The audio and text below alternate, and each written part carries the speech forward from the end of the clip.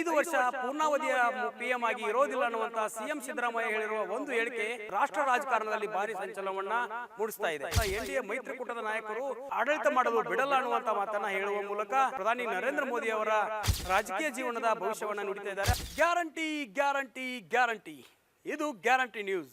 ಸುದ್ದಿ ಖಚಿತ, ನ್ಯಾಯ ನಿಶ್ಚಿತ. ಲೋಕಸಭಾ ಚುನಾವಣೆಯಲ್ಲಿ ಎನ್ಡಿಎ ಮೈತ್ರಿಕೂಟದ ಮೂಲಕ ನರೇಂದ್ರ ಮೋದಿ 3ನೇ ಬಾರಿಗೆ ಪ್ರಧಾನಮಂತ್ರಿಯಾಗಿ ಆಯ್ಕೆಯಾಗಿದ್ದಾರೆ. ಆದರೆ ಈ ನರೇಂದ್ರ ಮೋದಿ ಅವರು 5 ವರ್ಷ ಪೂರ್ಣಾವಧಿಯ ಪಿಎಂ ಆಗಿ ಇರೋದಿಲ್ಲ ಅನ್ನುವಂಥ ಸಿಎಂ ಸಿದ್ದರಾಮಯ್ಯ ಹೇಳಿರುವ ಒಂದು ಹೇಳಿಕೆ ಇದೀಗ ರಾಷ್ಟ್ರ ರಾಜಕಾರಣದಲ್ಲಿ ಭಾರಿ ಸಂಚಲನವನ್ನು ಮೂಡಿಸ್ತಾ ಇದೆ.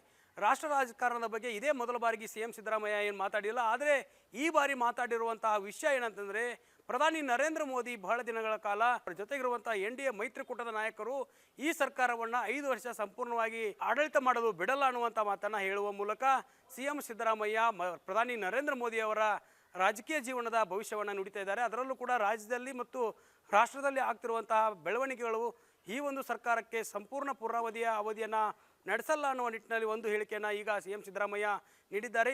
ಈ ಒಂದು ಎನ್ಡಿಎ ಮೈತ್ರಿಕೂಟದ ಬೆನ್ನಲ್ಲೇ ಏನು ನಿತಿನ್ ಗಡ್ಕರಿ ಹಿರಿಯ ಸಚಿವ, ಅದರಲ್ಲೂ ಕೂಡ ಸಾರಿಗೆ ಸಚಿವರಾಗಿ ಕೆಲಸವನ್ನು ಮಾಡ್ತಿರ್ತ ನಿತಿನ್ ಗಡ್ಕರಿಯವರು ಕೂಡ ತಮ್ಮ ಒಂದು ಹೇಳಿಕೆಯನ್ನು ನೀಡಿದರು ಮೊನ್ನೆ ಅಷ್ಟೇ. ಅದರಲ್ಲೂ ಕೂಡ ಏನು ಎನ್ಡಿಎ ಮೈತ್ರಿಕೂಟದ ನಾಯಕರು ನನಗೆ ಪ್ರಧಾನಮಂತ್ರಿ ಆಗಿ ನಾವು ನಿಮ್ಮ ಬೆಂಬಲಕ್ಕೆ ಇರ್ತೇವೆ ಅನ್ನುವಂಥ ಒಂದು ಹೇಳಿಕೆಯನ್ನು ನೀಡಿರುವಂಥದ್ದು ಸಾಕಷ್ಟು ಸಂಚಲನವನ್ನು ಮೂಡಿಸ್ತಾ ಇದೆ. ಇತ್ತ ನಿತಿನ್ ಗಡ್ಕರಿ ತಾನು PM ಆಗುವ ಆಸೆಯನ್ನು ಬಯಸ್ತಾ ಇದ್ದರೆ, ಇತ್ತ ಎನ್ಡಿಎನ ನಾಯಕರಾದಂತಹ ನಿತೀಶ್ ಕುಮಾರ್, ಚಂದ್ರಬಾಬು ನಾಯ್ಡು ಅವರು ಯಾವಾಗ ಬೇಕಾದರೂ ಕೈ ಕೊಡಬಹುದು ಅನ್ನೋ ನಿಟ್ಟಿನಲ್ಲಿ ಕೇಂದ್ರ ಸರ್ಕಾರ ತನ್ನ ಒಂದು ಆತಂಕದಲ್ಲಿರುವಂಥದ್ದು.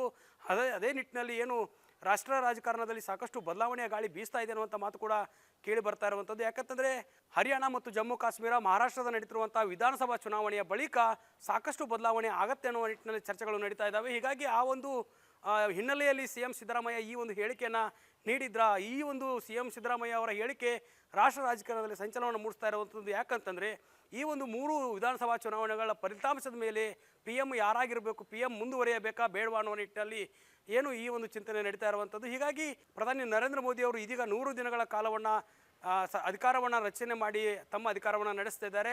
3ನೇ ಬಾರಿ ನರೇಂದ್ರ ಮೋದಿ PM ಆಗಿ ತಮ್ಮ ಅಧಿಕಾರವನ್ನು ನಡೆಸ್ತಿದ್ದಾರೆ. ಆದರೆ ಈ ಒಂದು ಅಧಿಕಾರಕ್ಕೆ ಎನ್ಡಿಎ ಮೈತ್ರಿಕೂಟದ ಸಹಕಾರ ಇದೆ. BJP ಸ್ವತಂತ್ರವಾಗಿ ತನ್ನ ಒಂದು ಬಲದಿಂದ ಅಧಿಕಾರವನ್ನು ರಚಿಸಿಲ್ಲ. ಯಾವಾಗ ಬೇಕಾದರೂ ಕೂಡ ನಿತೀಶ್ ಕುಮಾರ್, ಚಂದ್ರಬಾಬು ನಾಯ್ಡು ಈ ಒಂದು BJP ಸರ್ಕಾರಕ್ಕೆ ಕೈಯನ್ನು ಕೊಡಬಹುದು ಅನ್ನೋ ನಿಟ್ಟಿನಲ್ಲಿ ಸಿಎಂ ಸಿದ್ದರಾಮಯ್ಯ ಈ ಒಂದು ಚರ್ಚೆಗೆ ನಾಂದಿಯನ್ನು ಹಾಡಿದ್ದಾರೆ. ಅದರ ಜೊತೆಗೆ ಸಿಎಂ ಸಿದ್ದರಾಮಯ್ಯ ಹೇಳಿರುವಂಥ ಹೇಳಿಕೆಗೂ ಮತ್ತು ಏನು ರಾಷ್ಟ್ರ ರಾಜಕಾರಣದಲ್ಲಿ ನಡೀತಿರುವಂಥ ಬೆಳವಣಿಗೆಗಳಿಗೆ ಸಿಂಕ್ ಆಗ್ತಾ ಇದೆ. ನಿತಿನ್ ಗಡ್ಕರಿ ತಾನು PM ಆಗುವ ಆಸೆಯನ್ನು ಬಯಸ್ತಿದ್ದಾರಾ, ಎನ್ಡಿಎ ಮೈತ್ರಿಕೂಟದ ನಾಯಕರೇ ನನಗೆ ಬೆಂಬಲವನ್ನು ಕೊಡ್ತಿದ್ದಾರೆ ಎನ್ನುವಂಥ ಒಂದು ಹೇಳಿಕೆ ಅತ್ತ. ಆದರೆ ಸಿಎಂ ಸಿದ್ದರಾಮಯ್ಯ ಅವರು ಹೇಳಿರುವಂಥ ಈ ಒಂದು ಹೇಳಿಕೆ ಇದೀಗ ರಾಷ್ಟ್ರ ರಾಜಕಾರಣದಲ್ಲಿ ಬದಲಾವಣೆಯ ಗಾಳಿಯನ್ನು ಬೀಸ್ತಾ ಇದೆ.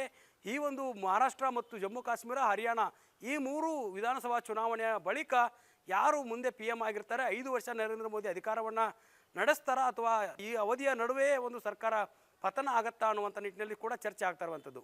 ಕ್ಯಾಮ್ರಾ ಪರ್ಸನ್ ರಾಜೇಶ್ ಜೊತೆ ದುರ್ಗೇಶ್ ನಾಯಕ, guarantee news, Bengaluru. Guarantee news, ಸುದ್ದಿ ಖಚಿತ, ನ್ಯಾಯ ನಿಶ್ಚಿತ.